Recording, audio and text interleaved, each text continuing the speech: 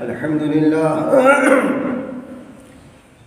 لله نحمده ونستعينه ونستغفره ونؤمن به ونتوكل عليه ونعوذ بالله من شرور أنفسنا ومن سيئات أعمالنا من يهده الله فلا مضل له ومن يضلله فلا هادي له ونشهد أن لا إله إلا الله وحده لا شريك له ونشهد أن سيدنا وسندنا وحبيبنا ومولانا محمد صلى الله عليه وعلى آله وأصحابه أجمعين أما بعد أعوذ بالله من الشيطان الرجيم بسم الله الرحمن الرحيم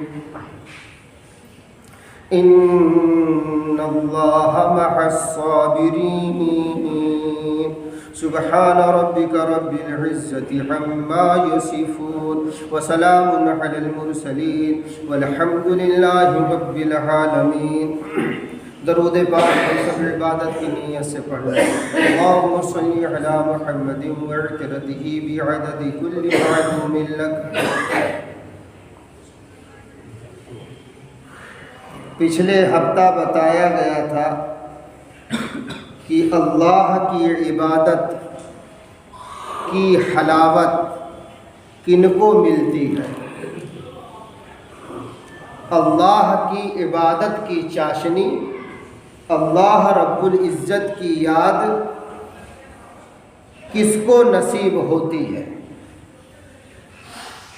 تو بتایا گیا تھا کہ جو لوگ سنت کو اپناتے ہیں، آپ صلی اللہ علیہ وسلم کے بتائے ہوئے طریق کے مطابق زندگی گزارتے ہیں، انہیں اللہ پاک اپنے نام کی، اپنے کلام کی، اپنے عبادت کی چاشنی اور مٹھاس نصیب کرتے ہیں.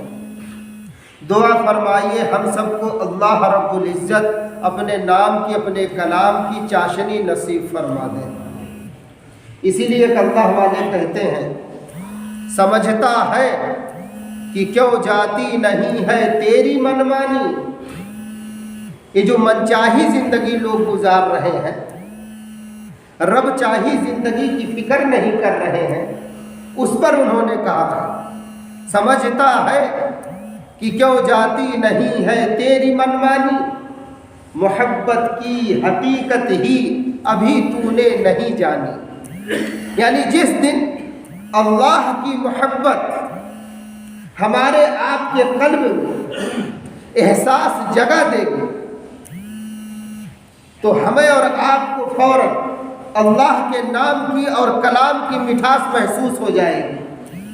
پھر ہم لوگ منمانی چھوڑ دیں گے، رب چاہی زندگی فوراً اپنا لیں گے. اسی کو وہ اللہ والے کہہ رہے ہیں کہ یہ جو منمانی لوگ زندگی گزارتے ہیں اسی لیے گزارتے ہیں. کیوں؟ کیونکہ ان کو اللہ کی محبت کی چاشنی ملی نہیں ہے. اس لیے دعا فرمائیے اللہ پاک ہم سب کو اپنی محبت کی چاشنی نصیب فرمائے. اول تو میں رسالہ حکیم الامت بارہا اس سے حوالہ دیا کرتا ہوں، اور پچھلے ہفتہ امام مالک رحمۃ اللہ علیہ کی سنت کی اہمیت پر جو بات کیا تھا وہ اسی رسالے سے کیا تھا. آج یہ رسالہ صبح فجر کے بعد جب نگاہ پڑی اس پر اور جب اس کی ہیڈنگ دیکھنے لگا مضامین کی، تو اس میں میرے روحانی دادا، میرے پیر و مرشد حضرت خواجہ مفتی محمد حنیف صاحب رحمۃ اللہ علیہ کے پیر، ان کے استاذ حضرت مولانا شاہ وسیع اللہ صاحب، سب کہو رحمۃ اللہ علیہ. یہ رحمۃ اللہ علیہ دعا ہے، اللہ ان پر اپنی رحمت کرے. اس لیے ہم لوگ دعا دینے میں کنجوسی نہ کریں. مکتوبات میں اپنے امام ربانی مجدد الفسانی رحمۃ اللہ علیہ نے لکھا، اور میں پہلے بتا بھی چکا ہوں، ایک بیان بار بار اگر دہراؤں گا تو آپ کہیں گے وہی بتیا پھر کہیں ہیں، وہی بتیا پھر کہیں. بات یہ ہے کہ جب تک سبق پختہ یاد نہ ہو بار بار کہنا ہوگا. تو جب رحمۃ اللہ علیہ یا رضی اللہ عنہ کہا جائے تو فوراً یہ دعا ہم دیا کریں، اس سے ہمارا آپ کا بھی مقام بڑھے گا انشاءاللہ. تو امام ربانی نے لکھا ہے رحمۃ اللہ علیہ نے کہ جب ہم رحمۃ اللہ علیہ کہتے ہیں تو اللہ پاک اس مردے کی قبر میں اس مردے پر پہاڑ کے برابر اس دعا کی برکت سے اس پر اپنی رحمت نازل کرتے ہیں. سبحان اللہ، پہاڑ کے برابر، جبکہ ایک رحمت اللہ کی بخشش کے لیے کافی ہے. تو کہیے حضرت مولانا شاہ وسیع اللہ صاحب رحمۃ اللہ علیہ. ارے بھیا کتنا کڈ مارنا ہوگا ابھی بھی، ہاں کم سے کم عادت بنائے ہم لوگ یہاں بولنے کی. بہرحال چلیے، تو اس میں ان کا ایک مضمون نقل کیا ہے. حضرت فرماتے ہیں، درس قرآن ہے ان کا، کمال کی ابتدا مجاہدہ سے ہے. اگر ہم لوگ کوئی بلندی چاہتے، کوئی مقام چاہتے ہیں، کوئی درجہ چاہتے ہیں اور کمال کو اپنی ذات کو پہنچانا چاہتے ہیں، یعنی اپنے آپ کو ہم لوگ اگر با کمال بنانا چاہتے ہیں، تو اس کے لیے حضرت فرما رہے ہیں کہ مجاہدہ شرط ہے، جس کو کہہ لیجیے جد و جہد، کوشش، محنت، دھن، لگن.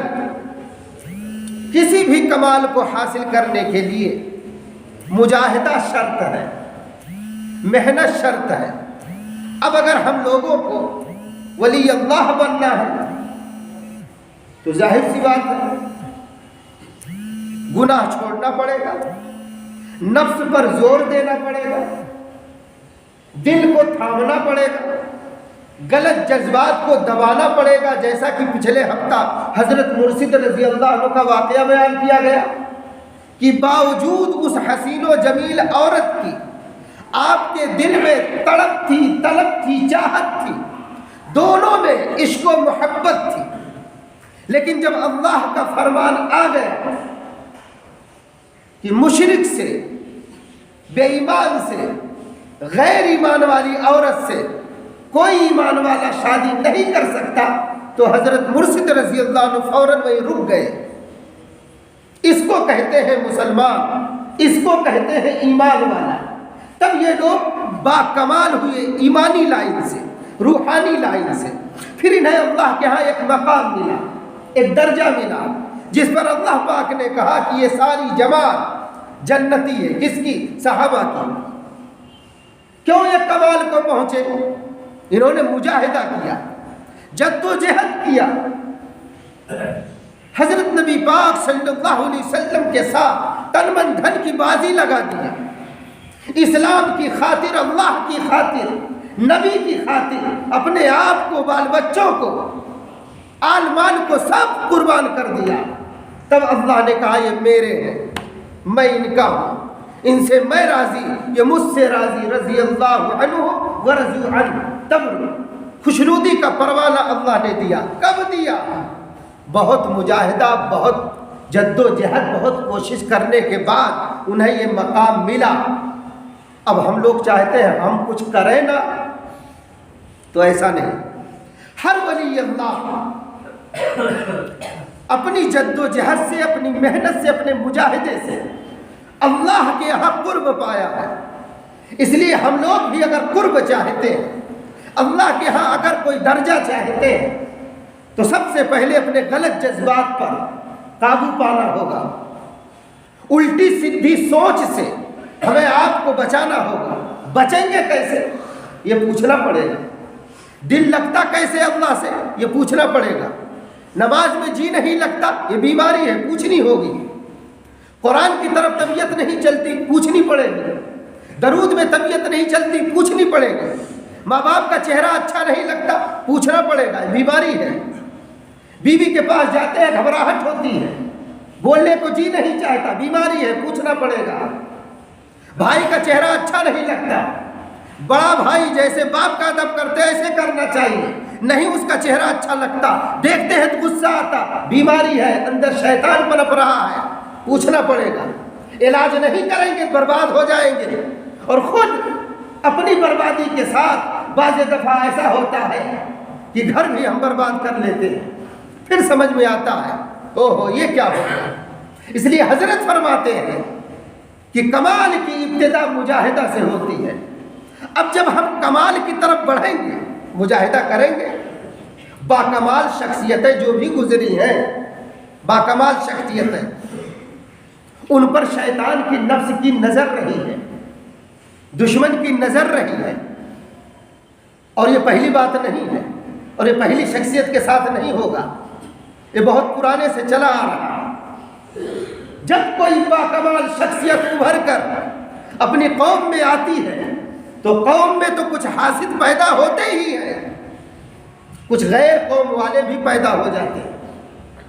جیسے داڑھی سے نفرت، پائجامے کرتے ٹوپی سے نفرت.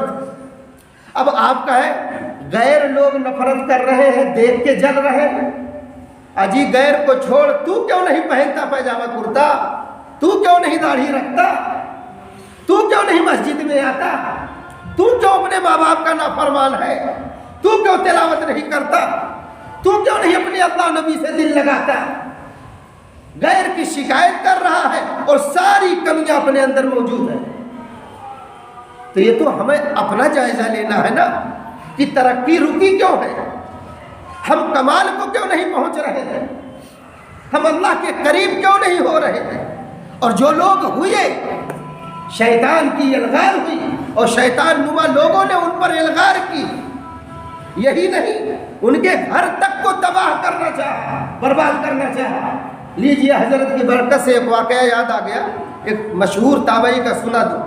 خلافت صدیقی کے زمانے کا واقعہ ہے، سنیے اور اپنے ایمان کو تازہ کیجئے. حضرت ابو مسلم خولانی سب کو رحمت اللہ علیہ، مشہور تابعی ہے. مسیلمہ کذاب نبوت کا دعویٰ کیا تھا، اور اس کا دعویٰ ایسا نہیں تھا، بہت بڑی فوج اکٹھا کر لیا تھا اور مسلمانوں سے آ کے ٹکرایا بھی. خالی دعویٰ ہی نہیں کیا تھا، آ کے ٹکرایا، ہزاروں مسلمانوں کو تہے دیکھ کیا، ذبح کر ڈالا. ان بزرگ کو بھی گرفتار کروا لیا. کس کو؟ حضرت ابو مسلم خولانی رحمت اللہ علیہ کو گرفتار کروا لیا، آگ جلوایا.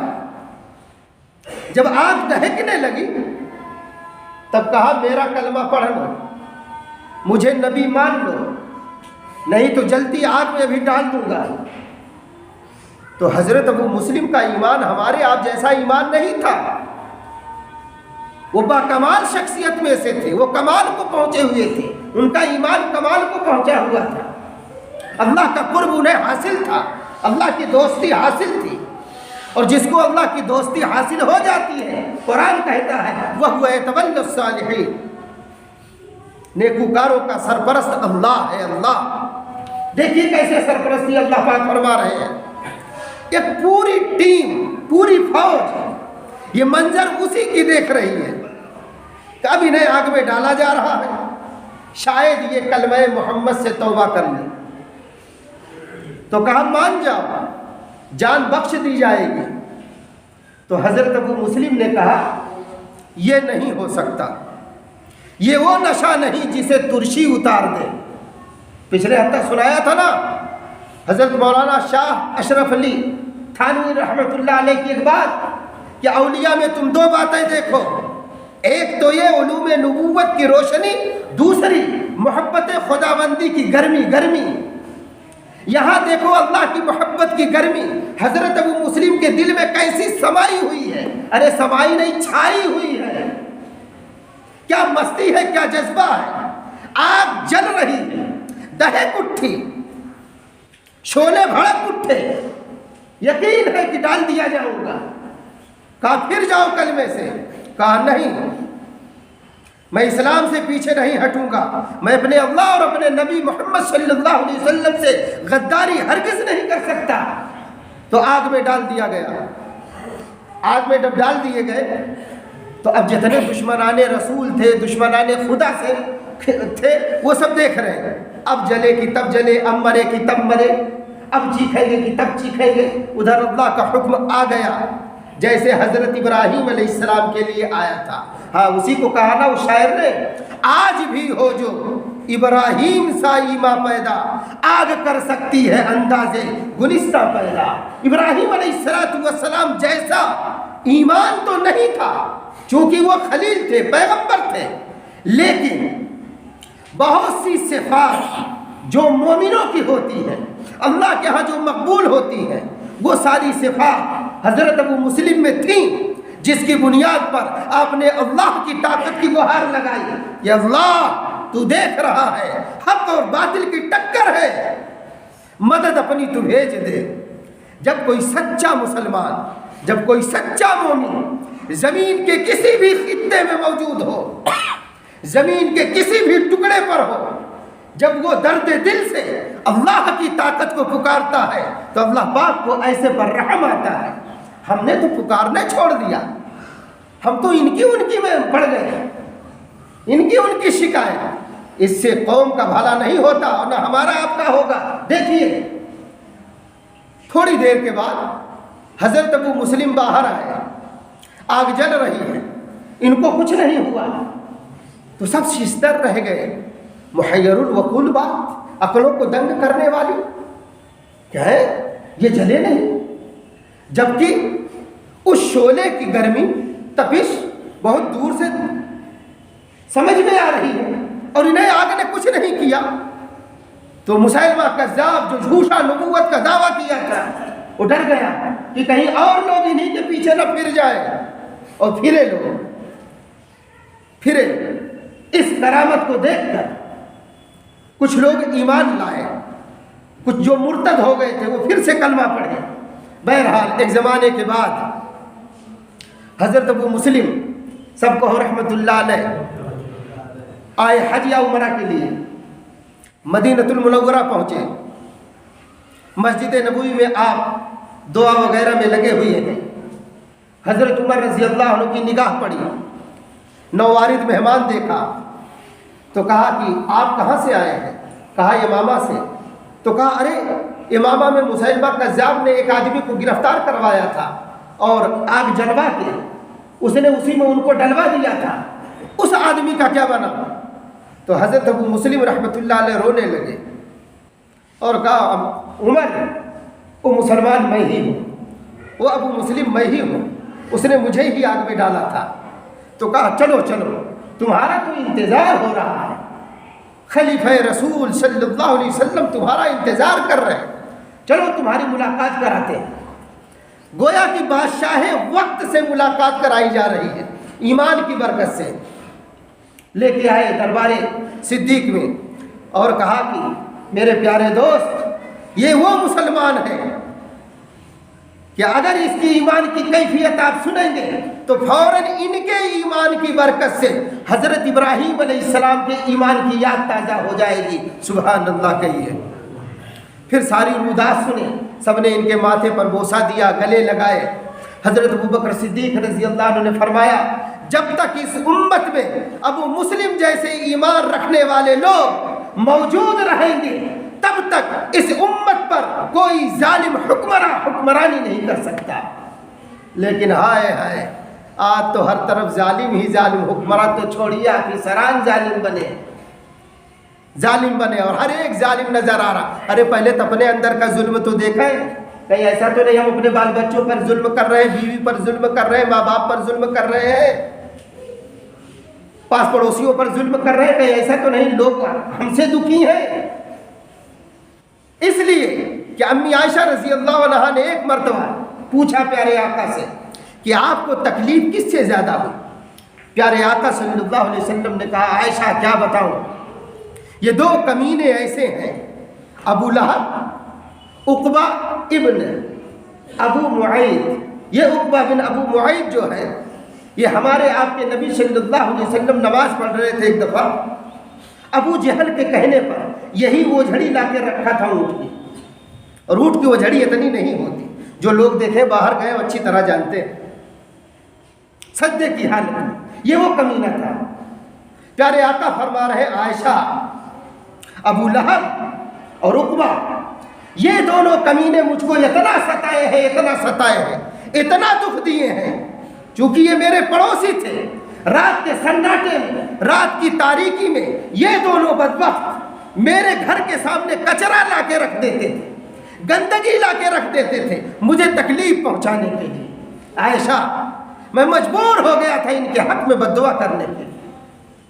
جب کسی اللہ والے کا دل دکھی ہوتا ہے تب اس کے دل سے آہ نکلتی ہے، اور جب آہ نکلتی ہے تو سامنے والے کو تباہ کر دیتی ہے۔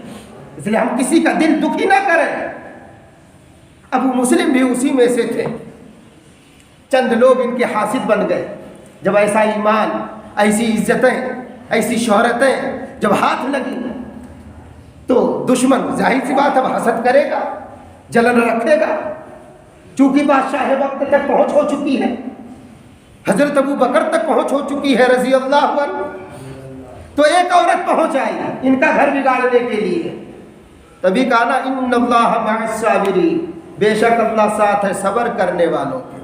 ہاں اتنا صبر نہ کریے کہ سامنے والا آپ کو لولا لنگڑا اپاہج سمجھ جائے، آپ کو بزدل کہنے لگے، نامرد کہنے لگے۔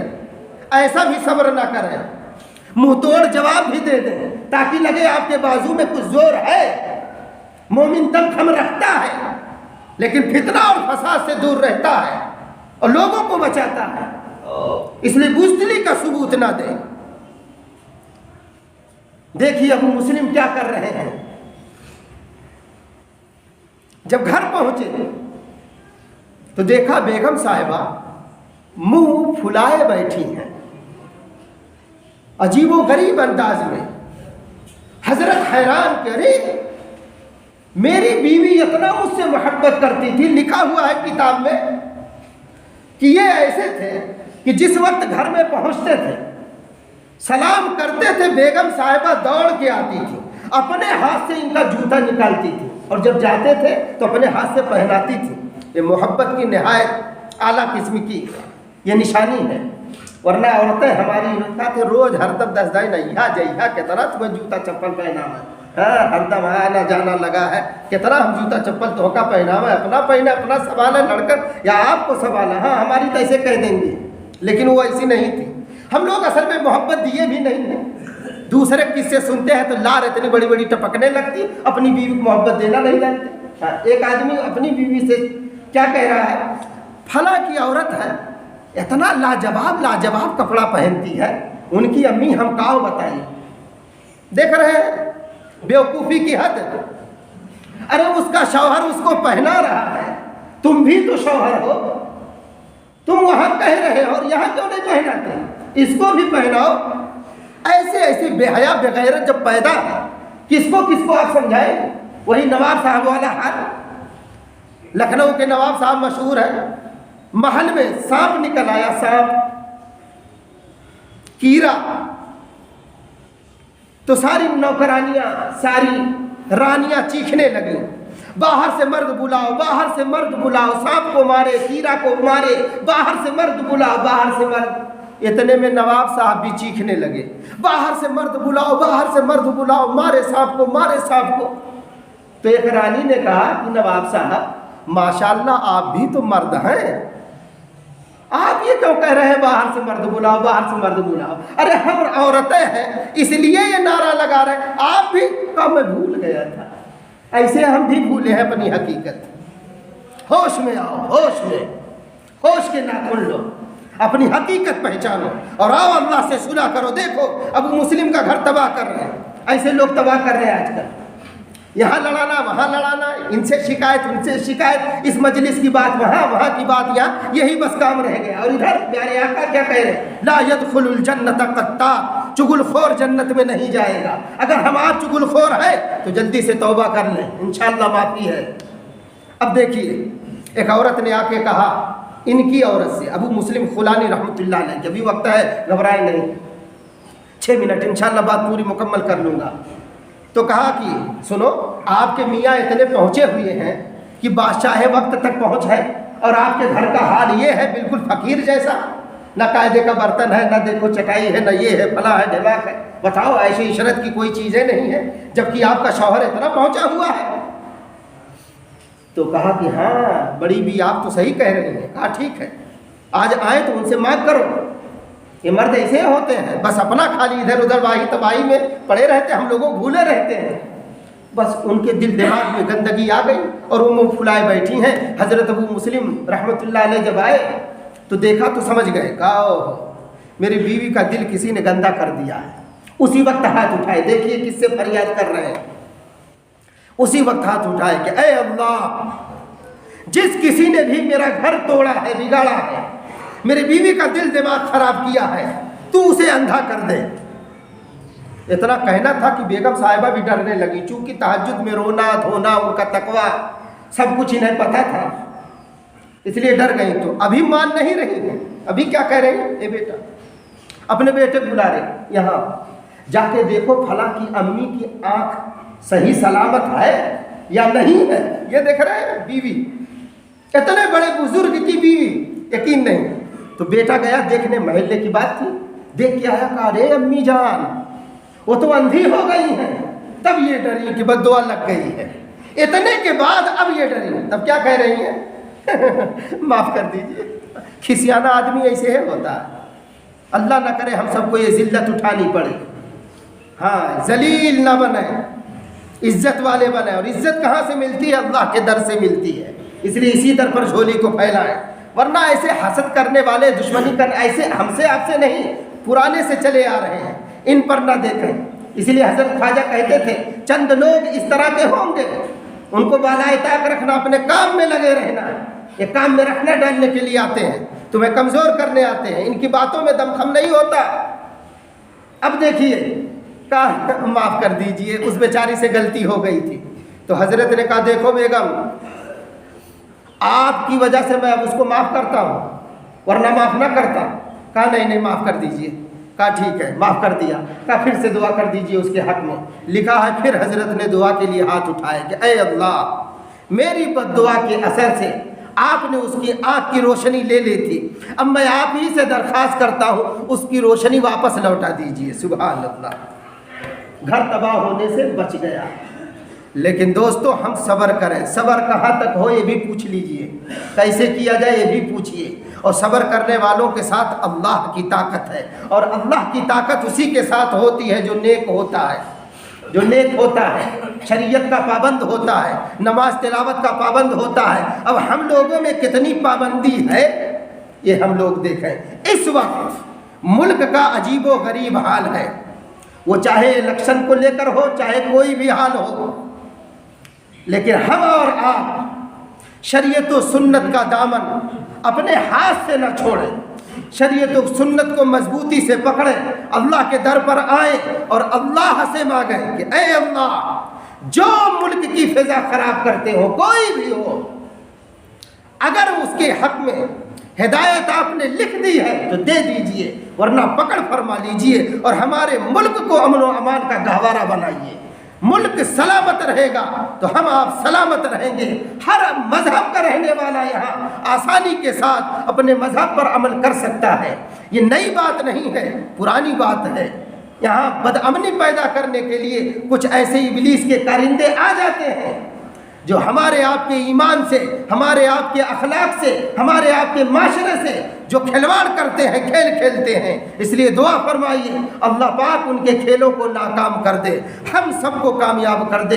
دعا فرمائیے اللہ پاک کہنے سننے سے زیادہ عمل کی توفیق دے۔ وما علینا الا البلاغ۔ سنت پڑھنے